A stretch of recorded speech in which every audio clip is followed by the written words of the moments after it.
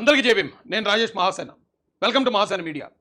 రఘురామకృష్ణరాజు గారు అంబేద్కర్ గారి ఫ్లెక్సీ బ్యానర్ను తొలగించడం వివాదాస్పదమైంది.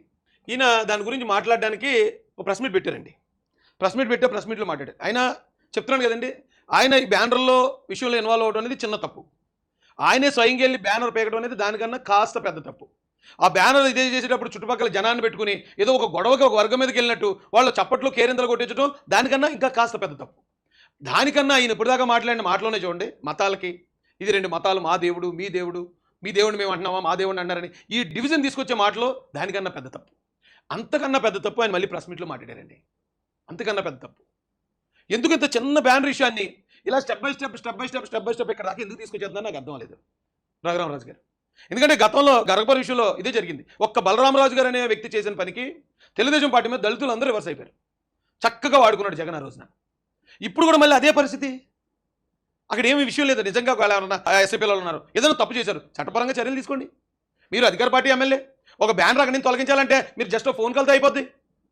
మీరు పబ్లిక్ గాడికి వెళ్ళిపోయి జనాన్ని మాసేసుకుని మొత్తం ఒక వర్గం మీద దాడికి వెళ్ళినట్టు చేయాల్సినంత పనే ఉందండి. అంత అవసరం ఏమొచ్చింది? నియోజకవర్గంలోని ఒక గ్రామంలో, ఆ ఊరు పేరు ఎలుగురుపాడు. ఒక ఇది కూడా మాకు స్వగ్రామం లెక్క, మా అమ్మగారి ఊరు. మరి ఆ ఊళ్ళో నేను ఎంపీ లాస్లో అప్పట్లో రెండు చిన్న బ్రిడ్జిలు, ఇంకొన్ని కన్స్ట్రక్షన్స్కి, కమ్యూనిటీ హాల్స్కి ఇచ్చిన ఆ ఓపెనింగ్స్ పెట్టుకోవడం జరిగింది. ఆ సందర్భంగా మరి నాకు ఒక ప్రాంతానికి వెళ్ళేటప్పటికి ఒక వీడియో చూపెట్టారు. ఆ వీడియో ఏమిటంటే నాగేంద్ర స్వామి ఆ చెరువు, ఆ కాలువ పేరే, వెనక ఒక చెరువు ఉంది, పక్కన కాలువ, దాని పేరే నాగుల చెరువు అని అనేవారు. నా చిన్నతనం నుంచి ఉంది అది. మరి అక్కడ కాలక్రమంగా అక్కడ పుట్ట పోయిన తర్వాత ఒక నాగేంద్ర స్వామి గుడి అక్కడ కట్టడం జరిగింది. ఆ నాగేంద్ర స్వామి ఆ గుడి పక్కనే వినాయకుని గుడి, ఒక పక్క సాయిబాబా. ఆ దగ్గరలోనే అక్కడే వినాయకుడి గుడికి ఆనుకునే ఇప్పుడు మా చిన్నాన్న బాపిరాజు గారు, ఇంకొక ఆయన ఆ ఊరు, అప్పట్లో ఆ ఊరు సర్పంచ్ 15-20 సంవత్సరాల క్రితం ఒక అంబేద్కర్ గారి విగ్రహాన్ని అక్కడ పెట్టడం జరిగింది.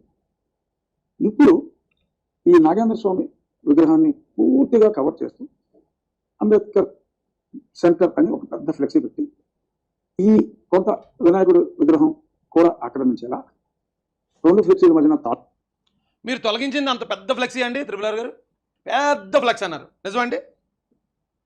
చూడండి, ఆయన నిలబడ్డారు త్రిపుల్ ఆర్ గారు, ఆయన హైట్లో ఉంది, ఆయన హైట్లో ఉందండి. ఇది అంతే.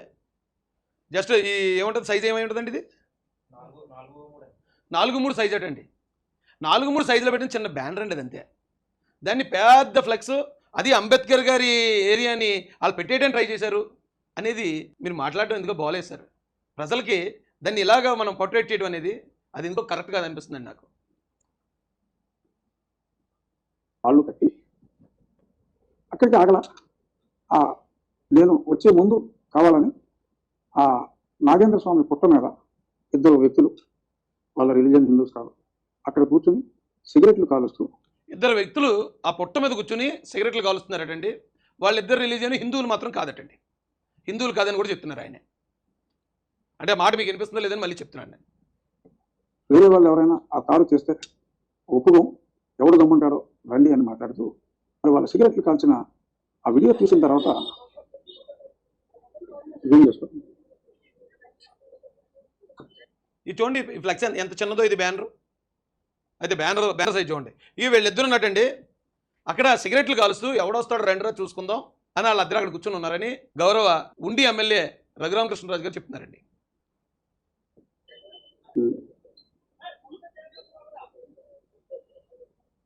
సో అలా ఇప్పుడు మీరు చూసారు, పుట్ట కనపడకుండా ఒక ఫ్లెక్సీ, అక్కడ వీళ్ళు కూర్చొని సిగరెట్లు కాలుస్తూ కుమ్ములు వేసుకుంటూ, నేను వచ్చే ముందు ఆ రకంగా నేను వెళ్ళడానికి ఒక 10 నిమిషాల ముందు అక్కడ కూర్చున్నారు.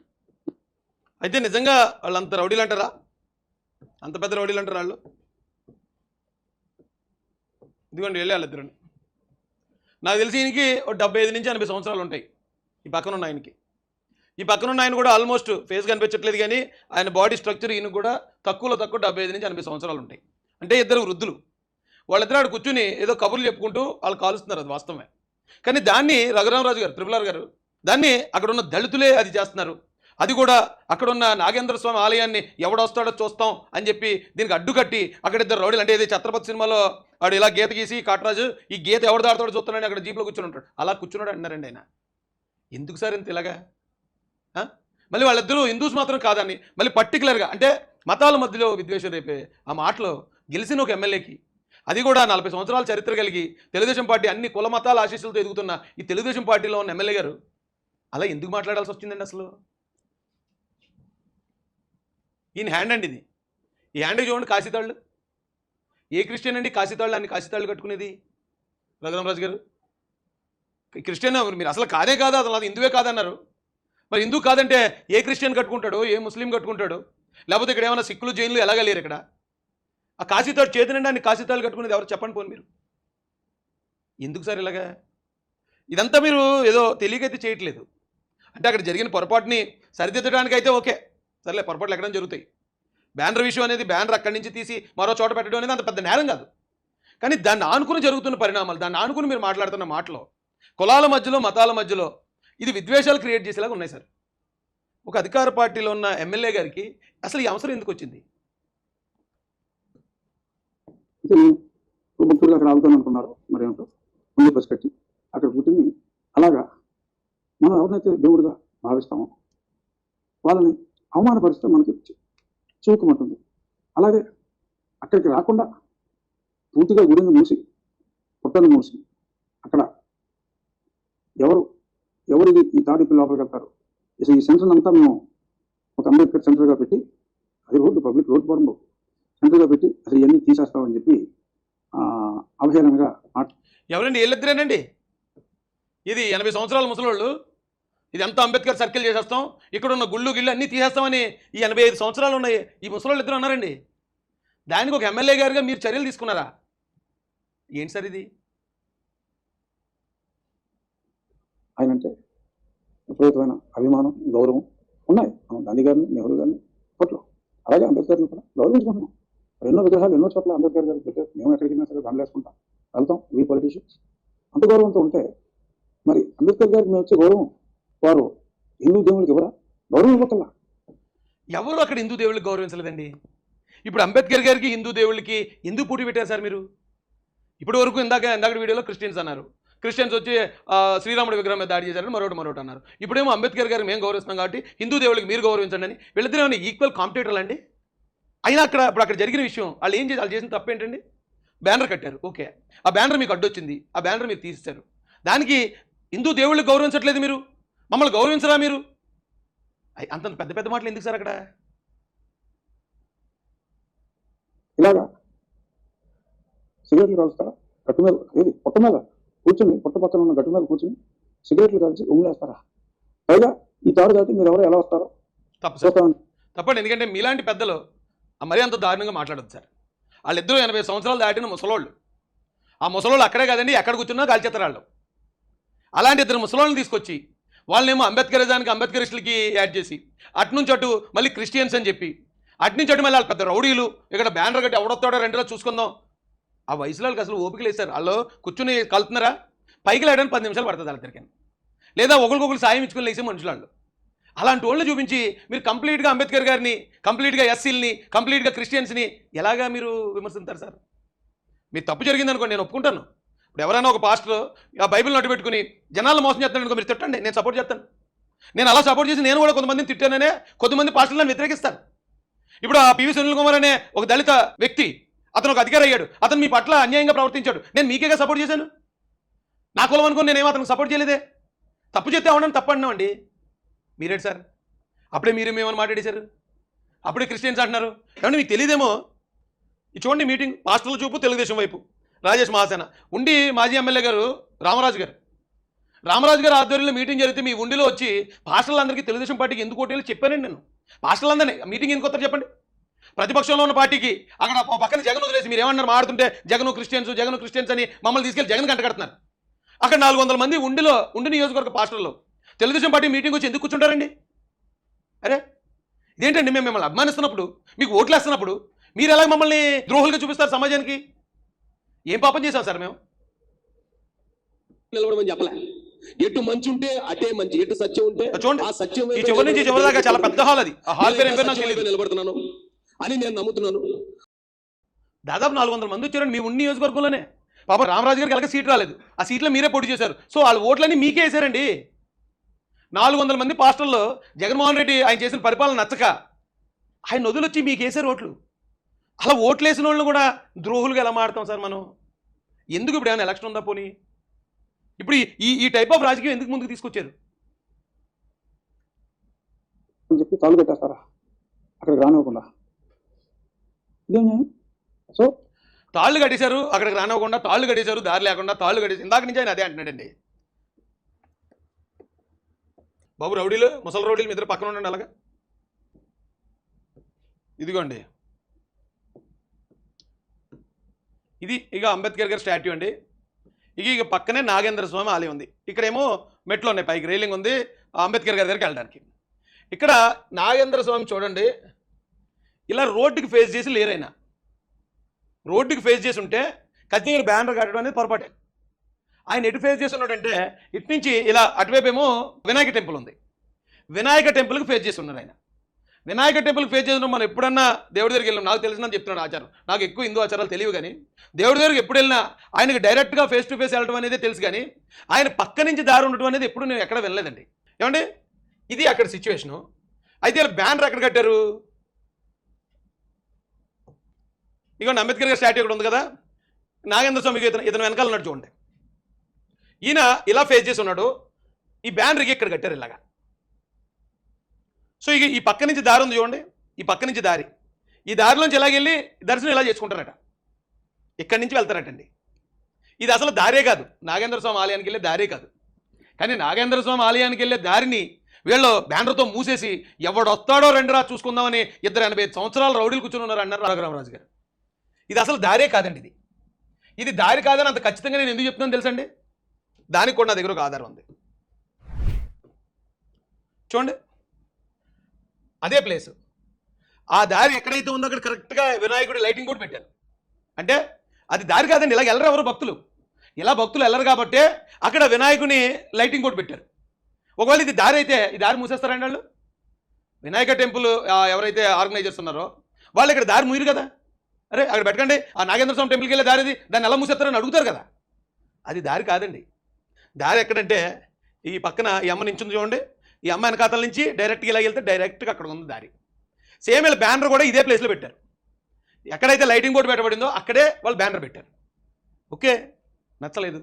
లేదా అక్కడ ఇంకొక ఏదన్నా ఆధిపత్య పోరు ఉంది, వాళ్ళు ఎలాగన్నారు కాబట్టి ఇక్కడ ఈ అంబేద్కర్ గారి బ్యానర్ తీసేస్తే ఈ వర్గం యువత అంతా మన వైపు ఉంటారు, లేదా ఈ వర్గం యూత్ అంతా నాకు సపోర్ట్ ఉంటారు అని మీరు భావించి ఉండొచ్చు. కాబట్టి వాళ్ళని సాటిస్ఫై చేయడానికి మీరు తీయించేసినా నేను ఇంత అబ్జెక్షన్ చేయబోతున్నాను, ఎందుకంటే మీరు ప్రాపర్గా తీయించుంటే.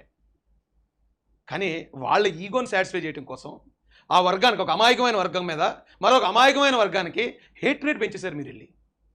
ఇది తప్పండి. దీంతోపాటు మీరు అక్కడితో ఆకుండా దీన్ని క్రిస్టియానిటీకి యాడ్ చేయడానికి ప్రయత్నించారు, అది కూడా తప్పు సార్. అక్కడితో ఆకుండా ఎవరైతే ఎస్సీలో ఉన్నారో వాళ్ళ సర్టిఫికేట్లలో హిందూ అని ఉంటుంది, వాళ్ళ క్రిస్టియన్ సర్టిఫికేట్లు, వాళ్ళ సర్టిఫికేట్లన్నీ రద్దు చేయించాలి, నేను ఈ రోజు నుంచి పోరాడతాను అని చెప్పి మరొక పాయింట్ తీసుకొచ్చారు. ఎక్కడి నుంచి స్టార్ట్ అయింది, ఎక్కడికి వచ్చింది సార్ ఇది?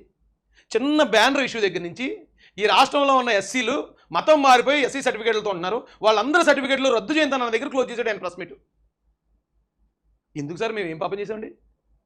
చంద్రబాబు నాయుడు గారి గవర్నమెంట్లో ఈ బీసీసీ అనేది ఎవరైనా ఎస్టీ అంటే గిరిజన కులాల నుంచి క్రిస్టియన్గా మారితే వాళ్ళు గిరిజనులే అండి.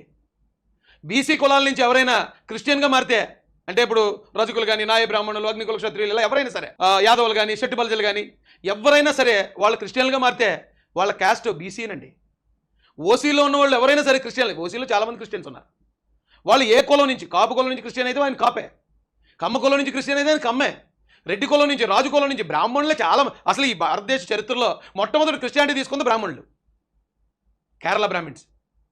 వీళ్ళందరూ క్రిస్టియన్గా మారిన తర్వాత బ్రాహ్మణ్గానే ఉన్నాడు, కాపు కాపుగానే, కమ్మ కమ్మగానే, రాజు రాజుగానే, వీళ్ళందరూ ఉన్నారండి. కానీ ఒక్క ఎస్సీ వాడు మాత్రం క్రిస్టియన్గా మారితే బీసీ అయిపోతాడండి. మరి ఇది ఏం చట్టం నాకు తెలియదు సార్.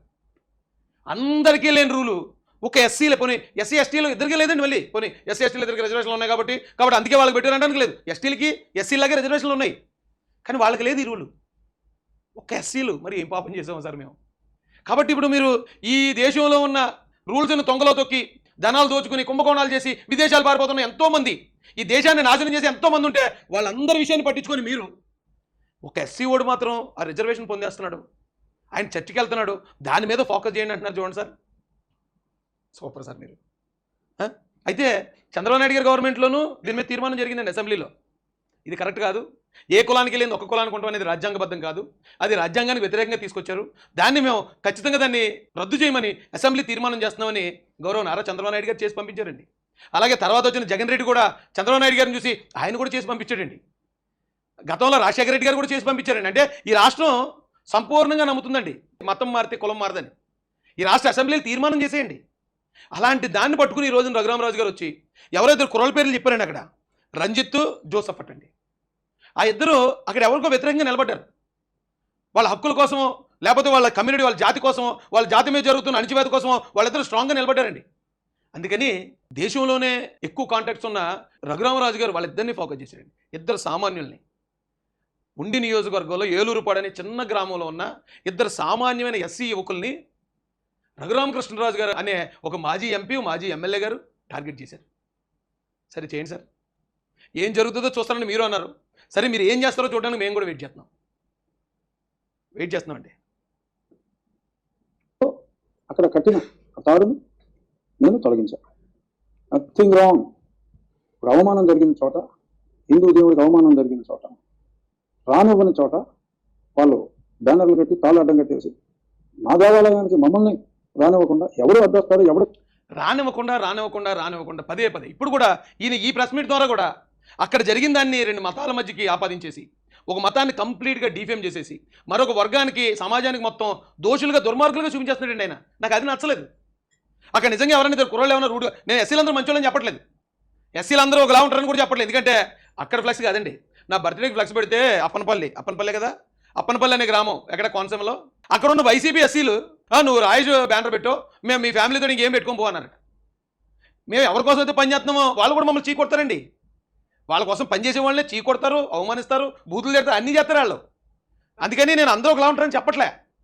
కానీ మీరు ఇంత చిన్న బ్యానర్ విషయాన్ని ఎందుకు ఇంత పెద్ద భూతద్దం పెట్టి చూపిస్తున్నారు? ఆ గుడికి రాకుండా అడ్డుకోవడం ఏంటండి? అది అసలు దారే కాదు. దారి కాదు కాబట్టే కదా అక్కడ వినాయకుని లైటింగ్ బోర్డు పెట్టేశారు అడ్డంగా. దారి వేరేగా ఉంది. ఎందుకు సరే ఇంత ఇలా చేస్తున్నారు మీరు? చేస్తారో చూస్తానని చెప్పి మరి హిందువుల ముసుగులో ఉన్న క్రైస్తవులు వాళ్ళిద్దరు మెయిన్ పీపుల్, ఇక్కడ పేరు మిస్టర్ జోసెఫ్, ఇంకొక అతని పేరు కోన రంజిత్, వీరు ఫేక్ సర్టిఫికేట్స్తో ఉన్నారు. నేను సహకరించిన ఎక్కడి నుంచి ఎక్కడికి వెళ్ళిపోయిందో చూడండి. బ్యానరు తొలగించటం, తర్వాత అంబేద్కర్ గారు రిజర్వేషన్లు మాత్రమే, తర్వాత క్రిస్టియన్స్, తర్వాత రాముని విగ్రహం, తర్వాత హిందూ టెంపుల్స్, తర్వాత హిందూ దేవీ దేవతలు, ఆ తర్వాత మళ్ళీ ఇద్దరు వ్యక్తులు మళ్ళీ వాళ్ళ సర్టిఫికేట్లు, వాళ్ళ ఫేక్ సర్టిఫికేట్లు, ఏదో మరి పక్కా ప్లాన్డ్గా ఒక ప్రణాళికాబద్ధంగా అక్కడ ఉన్న ఇప్పుడు వరకు ఎస్సీలకి పవన్ కళ్యాణ్ గారు, చంద్రబాబు నాయుడు గారు, కాపులు మాకే శత్రువులు కదండి. మేము ఎప్పుడు కలిసే ఉంటాం మా గ్రామాలన్నింటిలో కూడా. ఫస్ట్ టైం మీరు ఏలూరుపాడు వెళ్ళిన తర్వాత ఈ ప్రాబ్లమ్స్ అన్నీ స్టార్ట్ అయిపోతున్నాయి సార్. ఇది మీకు అంబేద్కర్ గారికి లేదా అంబేద్కర్ గారి అభిమానులకి లేకపోతే మీకు క్రైస్తవులకి జరుగుతున్న ఏదైనా ఉందేమో అంటే మీరు ఇంతలా ద్వేషం నింపడానికి తప్ప అక్కడ ఉన్న ఏ ఒక్కరు మాకు శత్రువులు కాదండి. ఏ ఒక్కరికి మేము కూడా శత్రువులు కాదు. సమాచారం ఒరిజినల్గా జోసెఫ్, చిన్నప్పటి నుంచి అతని పేరు జోసెఫ్, ఒరిజినల్గా జోసెఫ్ సర్టిఫికేట్స్ అన్ని బీసీసీ క్రిస్టియన్ అనే ఉన్నాయి. వాళ్ళు సిఎస్ఐ చర్చ్ ఏలూరుపాడులో గవర్నింగ్ బాడీ మెంబర్స్ వాళ్ళిద్దరు, కానీ వాళ్ళు ఎస్సీ ఎస్టీ అట్రాసిటీస్ కేసులు పెడతా ఉంటారు. టోటల్లీ అనర్హులు. మరి గతంలో జగన్మోహన్ రెడ్డి ఉన్నప్పుడు చాలా మందికి అతని మత వ్యాప్తి కోసం బీసీసీ సర్టిఫికేట్స్ ఉన్నా కూడా ఫ్రెష్గా వాళ్ళకి ఎస్సీ సర్టిఫికేట్స్ ఇష్యూ చేయించాడు. It is an open secret. అతను ఎస్సీగా ఉంటే జగన్మోహన్ రెడ్డికి ఏం ఉపయోగం ఉండదండి. అతను బీసీసీగా ఉంటేనే జగన్ రెడ్డికి ఉపయోగం. ఎందుకంటే జగన్ రెడ్డి క్రిస్టియన్, అతను క్రిస్టియన్ అన్నట్టు ఉంటుంది తప్ప అతనికి ఎందుకు హిందూ సర్టిఫికేట్ ఇస్తాడు? ఎందుకంటే జగన్ రెడ్డి హయాంలో గవర్నమెంట్ ఉద్యోగాలు ఏమీ లేవు, చదువులు ఏమీ లేవు, రిజర్వేషన్లు అవసరమే లేదు. అక్కడ లాజిక్ మిస్ అయింది సార్. ఇక్కడ ఇదే విషయం నేను గతంలో కూడా ఎన్నోసార్లు మాట్లాడాను. దానికి మీద క్రైస్తవులకి వీళ్ళకి మధ్య చిచ్చు అని పిచ్చి పిచ్చిగా మాట్లాడు. మీకు తెలుసో లేదండి, తెలుగుదేశం పార్టీ 5 సంవత్సరాల్లో తెలుగుదేశం పార్టీ వైపు మాట్లాడడానికి, తెలుగుదేశం వైపు నిలబడడానికి చాలామంది భయపడేవారండి. అలాంటి టైంలో చంద్రబాబు నాయుడు గారు, లోకేష్ గారు కేడర్ అందరిలో ధైర్యాన్ని నింపారు. కానీ ఆ తెలుగుదేశం పార్టీ హయాంలో సింగిల్ క్యాస్ట్ మీటింగ్ కూడా జరిగిందండి. అది మాలాస్ నుంచి జరిగిందండి మీటింగ్. 20-30 మంది వచ్చారు. అందులో ఎక్కువ మంది మీరు అన్నట్టు క్రిస్టియన్ ప్రాక్టీసే ఉంటుంది. ఎందుకు మీ ఉండి నియోజకవర్గంలో 400 మంది పాస్టర్లు వచ్చారు. పాస్టర్కి తక్కువలో తక్కువ ఆ చర్చికి 100 మందిని వేసుకుంటే 400 ఇంటూ 140,000 ఓట్లండి. ఓ పాస్టర్ గారు వచ్చి మన తెలుగుదేశం మీటింగ్లో కూర్చున్నారంటే ఖచ్చితంగా ఆ సంఘాన్ని ఆయన ఏది మంచి ఏది చెడు అని నడిపిస్తాడండి. అలాంటి పరిస్థితుల్లో మీరు ఎందుకు పార్టీకి ఈ వర్గాలను ఎందుకు దూరం చేస్తున్నారు? పార్టీ మాది కూడానండి. ఆ పార్టీ కోసం మేము కష్టపడి పనిచేసాం. ఆ పార్టీ కోసం నిలబడ్డం, ప్రాణాలు తెగించి నిలబడ్డాం. 30,000 మంది ఒక కమ్యూనిటీ నుంచి వచ్చి నిలబడ్డారండి. అంటే నేను ఇది గొప్ప చెప్పడం కాదు, వేరే ఏ కమ్యూనిటీ నుంచి అంతమంది వచ్చి నిలబడలేదండి. అంటే అందరూ వేశారు ఓట్లు, అన్ని కులాల వాళ్ళు ఓట్లు, అన్ని మతాల ఓట్లు పడ్డాయి కాబట్టి చంద్రబాబు నాయుడు గారు లాంటి ఒక గొప్ప వ్యక్తి రోజున తిరుగులేని స్థానంలో కూర్చున్నారు. కానీ బయటకు వచ్చి ఫైట్ చేసే సైనికుడు ఇంకా ఇంపార్టెంట్ కదా. ఇంట్లో ఉండి ఓట్లు వేసిన వాళ్ళు చాలా గొప్ప. కానీ ఆ ఓట్లు వేయించడానికి బయట ఉండి ఒక దుర్మార్గుడైన జగన్మోహన్ రెడ్డిని ఎదిరించి బయట నిలబడి ఫైట్ చేసిన వాళ్ళు ఇంకా గొప్ప కదండి. ఎందుకు సార్ మీరు మమ్మల్ని ఇంత ద్రోహం చేసేస్తున్నారు? ఎందుకు? ఏం నష్టం చేసి ఏం పాపం జరిగింది? మా వల్ల ఏం తప్పు జరిగింది చెప్పండి పోనీ. ఇప్పుడు మీరు ఏదైతే క్రిస్టియన్స్, ఏదో అంబేద్కరిస్టులు, దళితులు అంటున్నారో భారతదేశ చరిత్ర ఒకసారి చూడండి. ఇక్కడ 100 కోట్ల కుంభకోణం చేసిన వాళ్ళు ఒక్క దళితుడు ఉన్నాడేమో. క్రిస్టియన్స్ అన్నారు కాబట్టి చెప్తున్నాను, ఒక్క క్రిస్టియన్ ఉన్నాడేమో. ఈ దేశం మొత్తం ధనాన్నంతా లూటీ చేసి విదేశాలు పారిపోయిన వాళ్ళు లిస్టు చూడండి, ఎవరన్నా ఉంటారేమో. అరే మేము ఎలా దేశద్రోహులు అవుతున్నాం, మేము ఎలా ఈ సమాజానికి దూరం అవుతున్నాం సార్? మీలాంటి వాళ్ళు కూడా చాలా తెలివైన వాళ్ళు కదా మీరు. మీలాంటి వాళ్ళు కూడా ఇంత పకడ్బందీగా ప్రెస్ మీట్లు పెట్టి మరి ఇలాంటి ద్వేషాన్ని విషయాన్ని నింపుతుంటే కనీసం మీరు చేస్తున్న ఈ పని కూడా గ్రహించలేని స్థాయిలో ఉందండి ఇంకా మా జాతి.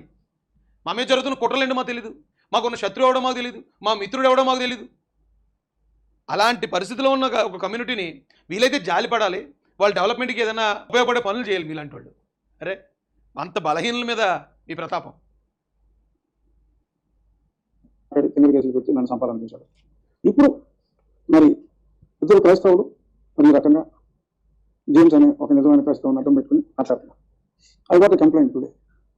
ఈ Joseph is a Christian, is not a Hindu. Kona Ranjith is a Christian, is not a Hindu. They are the members of the church. ఆ ఫొటోస్ అన్ని వివరాలతో వచ్చింది.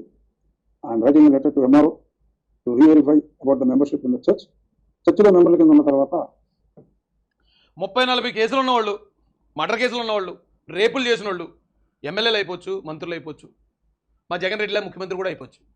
కానీ ఒక సామాన్యుడు, ఒక అమాయకమైన ఒక దళితుడు మతం మారితే రిజర్వేషన్ మాత్రం అనర్హుడటండి. ఎంత గొప్పగా ఉందో చూడండి. రిలీజియన్ మార్చుకున్నాక మళ్ళీ రాజ్యాంగం ఇచ్చింది ఆర్టికల్ 25లో ఫ్రీడమ్ ఆఫ్ రిలీజియన్, స్వేచ్ఛ ఇచ్చింది. స్వేచ్ఛ ఉన్నప్పుడు ఆటంకాలు ఉండవండి. కానీ దానికి కూడా ఆటంకాలు క్రియేట్ చేసి రాజ్యాంగం ఇచ్చిన హక్కును కూడా తొంగలో తొక్కి ఈ రోజున దాన్నే బూచిగా చూపించి ఏంటి ఇంతకీ ఏం చేసి ఉంటారు ఆ జోసెఫ్, రంజిత్? వాళ్ళు ఏమైనా ఆ పేట తరపున కొంచెం గట్టిగా మాట్లాడుతున్నారేమో, ఆ పేటలో ఎవరికైనా అన్యాయం వస్తే లీడర్స్గా వాళ్ళకి అండగా నిలబడుతున్నారేమో, అంబేద్కర్ గారి కార్యక్రమాలు ఏమైనా ముందుండి చూసుకుంటున్నారేమో. అంతేనండి. అందుకేనా వాళ్ళిద్దరూ టార్గెట్? అంటే వాళ్ళిద్దరిని కొట్టుపాడెత్తే ఇంకెవడో అలా ముందుకు వచ్చి మాట్లాడు, ఇంకెవడో ముందుకు వచ్చి ధైర్యంగా ఉండేవాడు ఉండడు. ఎందుకంటే అమ్మో వాళ్ళే కొడిచారంటే మనమే వెళ్తారా బాబు అని మొత్తం టోటల్ ఆ జాతిలోనే ధైర్యాన్ని చంపే ప్రయత్నం కదండి ఇది. మరి ఇలాంటప్పుడు మాకు కూడా కోపం వస్తుంది కదండి. ఎంతసేపు కోపాన్ని అణుచుకుని, ఎంతసేపు పొలైట్గా, ఎంతసేపు పార్లమెంటరీ లాంగ్వేజ్లో మేము మాత్రం మాట్లాడగలుగుతామండి? వాళ్ళిద్దరి మీద టార్గెట్ చేస్తారా మీరు? వాళ్ళిద్దరిని ఏం చేయాలో వాళ్ళ సర్టిఫికేట్లు ఇచ్చేసి వాళ్ళ బ్రతుకు బదనాం చేసి వాళ్ళు రోడ్డుకి ఇచ్చేస్తారు. ఏం పాపం చేశారు వాళ్ళు? ఏం పాపం చేశారంటే మీ దగ్గరికి వచ్చి ఏమైనా గొడవపడ్డారా? మీతో మిమ్మల్ని ఏమైనా తిట్టారా? మిమ్మల్ని ఏమైనా అవమానించారా?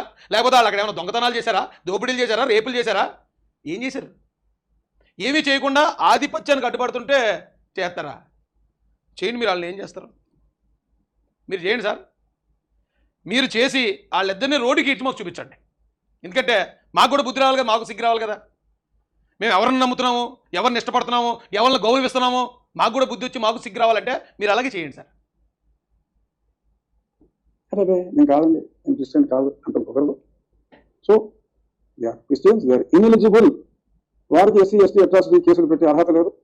ఈ పోలీసులు కూడా వెరిఫై చేయకుండా అతనికి ఇది ఇన్కమ్ సోర్స్ అయిపోయింది. మొన్న ఎస్సీ ఎస్టీ కేసు పెడితే డబ్బులు ఇచ్చి మరి అవార్డు సిస్టమ్ ఉంది.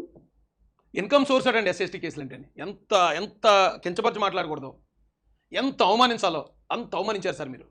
ఒక కుర్రోడు ఒక అమ్మాయిని ప్రేమించి వాళ్ళిద్దరూ బయటికి వెళ్ళిపోయారని ఆ కుర్రోడు తల్లిని నడు రోడ్లో జనం అందరూ తిరిగే ప్లేస్లో చేతులు 2 పైకి ఏలగట్టేశారండి. చంటి సినిమాలో జరిగినట్టు జరిగింది. చంటి సినిమాలో ఏదైతే జరిగిందో సేమ్ అలాగే. ఎందుకు కారణం అంటే ఆడొక దళితుడు కాబట్టి. ఈ లవ్ మ్యాటర్లు ఎప్పటి నుంచో ప్రాబ్లమేటిక్గానే ఉన్నాయండి. ప్రేమించాడని ప్రణయం చంపేశారు, ప్రేమించిన వాళ్ళ మీద దాడులు చేస్తారు, ప్రేమించాడనే కారణంతో వాడిని వాడి కుటుంబాన్ని హింసిస్తారు. ఇక్కడ ఏకంగా అయితే చంటి సినిమాలో జరిగిందని పేపర్లో రాశారండి. చంటి సినిమాలో అలాగే సేమ్ ప్రేమించాడు, వాళ్ళ అమ్మాయిని తీసుకెళ్ళాడని చెప్పి ఆ తల్లిని శుభ్రం చెదగొడేసి 2 చేతులు ఎలాగంటే పెద్ద ఆవిడండి, ఆవిడ అంత అవమానం ఎందుకు పడుతుందో ఆవిడకి తెలియదండి. దానికి కారణం ఆవిడ ఆ కులంలో పుట్టడం. అలాంటి ఎన్నో కేసులు అండి. ఇక్కడ హాత్రాస్ కేసు కానీ, లేదా ఉత్తరప్రదేశ్లో, బీహార్లో జరిగిన దాడులు, ఈ ఇక్కడ కారంచేడు, చుండూరు, లక్ష్మీపట్నం ఏదో సంథింగ్ ఒక ఊరు చంపేసండి మా వాళ్ళని గోను సంచుల్లో మూట కట్టేసి కాలువల్లో పారేశారండి శవాల్ని. చుండూరు ఘటనలో అయితే ఆ చంపేసిన వాడిని పోస్ట్ మార్టం చేసే డాక్టరు ఎంత దారుణంగా చంపడం చూసి అతను వెళ్ళి ఉరేసుకున్నాడటండి. అలాంటి కేసుల్లో కూడా సార్ రఘురామరాజు గారు దోషిగా ఒక్కడు కూడా శిక్ష పడలేదండి. తెలుసండి మీకు? 8 మందినో 10 మందినో చంపేసి మూటలు కట్టి కాల్లో పాడేసిన కేసులో ఒక్కడ కూడా శిక్ష పడలేదు. ఎస్ఎస్టీ అట్రాసిటీ చట్టం మీరు చెప్పినట్టు ఈ దేశంలో ఇప్పటిదాకా కొన్ని వేల కేసులు నమోదై ఉంటాయండి. కనీసం వేళ్ల మీద లెక్కెట్టడానికి కేసుల్లో కూడా శిక్షలు పడలేదండి. బెదిరిస్తారండి. ఫస్ట్ ఎస్ఎస్టీ కేసు పెట్టిన వెంటనే ఫస్ట్ ఒకడు ఈ కమ్యూనిటీ నుంచి ఒకడు వస్తాడు, అటే చెంచా ఒకడు ఉంటాడు. రే నేను కేసు పెట్టి చేస్తాను, అలా చేస్తాను, ఇలా చేస్తానని ముందు బూస్ట్ ఇస్తాడు. ఇచ్చి కొంచెం స్పీడ్ అయ్యాక అవతలతో చేతులు వెళ్తాడు, బేరం మాట్లాడుకుంటాడు. అవతలోడు ఒకడు ఉంటాడు డబ్బులు ఇచ్చేవాడు. ఇక నేను అంత డబ్బులు ఇస్తాను, నీకు ఇది చేస్తాను, అది చేస్తానని అవతల నుంచి హామీలు వస్తాయండి. అప్పుడు అవతలోళ్ళు యువతలోళ్ళు కొద్దిమంది పోలీసులు కలిసి ఈ కేసు పెట్టిన ఎస్ఎస్టీ అట్రాసిటీకి గురైన వాళ్ళని బెదిరిస్తారండి. అప్పుడు నిజంగా కేసు పెట్టి ఏం సాధింతావు, కోర్టు తిరుగుతావా అని నీ దగ్గర సాక్ష్యాలు ఉన్నాయా, వాళ్ళు నిలబడుతుందా, సరే నువ్వు పెట్టు కేసు, నీ మీద అతను పెడతానంటాడు కేసు. సరే అతను కేసు పెడతాడు, నువ్వు తిరిగి కానీ కోర్టుకి, లేదా ఇక 10,000 ఎత్తాడు తీసుకుని పో, లేదంటే నీ మీద నీ ఇంట్లో వాళ్ళ మీద కూడా కేసులు పెడతాం అని బెదిరిస్తారండి రఘురామరాజు గారు.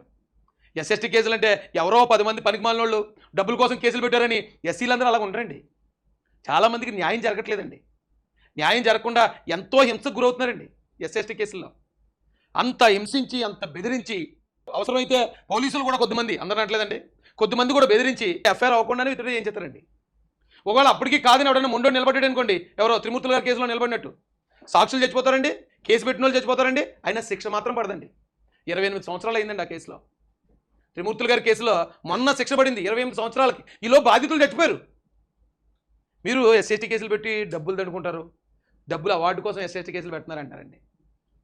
ఎస్సీల మీద జరిగే దాడులు మీకు తెలియక మీరు ఎలా మాట్లాడుతున్నారు సార్? అంత కించపరిచి మాట్లాడే అవసరం ఎందుకు వచ్చింది ఇప్పుడు? ఎందుకండి? ఇప్పుడు మేము ఏమన్యాయం చేసాం మీకు? మన దేశంలో అలాగే మొన్న ఒక 50,000 రూపాయలు అవార్డు కూడా అనుకున్నా అంట ఎస్సీ కేసు పెట్టి. అంతకుముందు ఏదో గొడవ అయిందటండి. గొడవ అయితే ఆ గొడవకి రంజిత్ని అలాగే వాళ్ళ చిన్నాన్నగారు జోసెఫ్ వీళ్ళిద్దరిని పెద్దలుగా పిలిచారట, పెద్దల్లో కూర్చోమని. అటు ఇటు మాట్లాడుకుందాం రెండని పెద్దల్లో పిలిస్తే వీళ్ళు వెళ్ళారు. వెళ్తే అక్కడ ఉన్న కొద్దిమంది ఉద్రేకపరులు ఉంటారు కదా, వీళ్ళ మీద దాడి చేస్తే జోసెఫ్కి తల పగిలిపోయిందటండి. ఇది మధ్యవర్తులుగా మాట్లాడడానికి వెళ్తే అప్పుడు వాళ్ళు కేసు పెట్టారు. 2 సంవత్సరాలు 4 సంవత్సరాలు అయిందట అది. ఆ కేసుని కోర్టు చేస్తూ అది పెట్టాడు కాబట్టి ఇప్పుడు అతని సర్టిఫికేట్ నేను క్యాన్సిల్ చేయించి ఆ కేసు నిలబడకుండా చేయించానని ఆ దాడి చేసిన వాళ్ళకి సార్ మాట ఇచ్చి ఉంటారండి. నేను చూడు ఇప్పుడు అడిగి క్రిస్టియన్ సర్టిఫికేట్ ఇప్పింతాను, నీ మీద పెట్టిన కేసు ఎలా కొట్టించేస్తానో చూడండి, కొట్టించాను సార్. ఎందుకంటే త్రిమూర్తుల గారి కేసులో కూడా బాధితులకి క్రిస్టియన్ సర్టిఫికేట్ ఇప్పించారండి. ఇప్పుడు ఆ రూల్స్ అక్కడ త్రిమూర్తుల గారి కేసులో బాధితులు ఎలా హింసించారో ఆ రూల్స్ అన్ని రఘురామరాజు గారు చెప్పారని నాకు ఆశ్చర్యంగా ఉంది.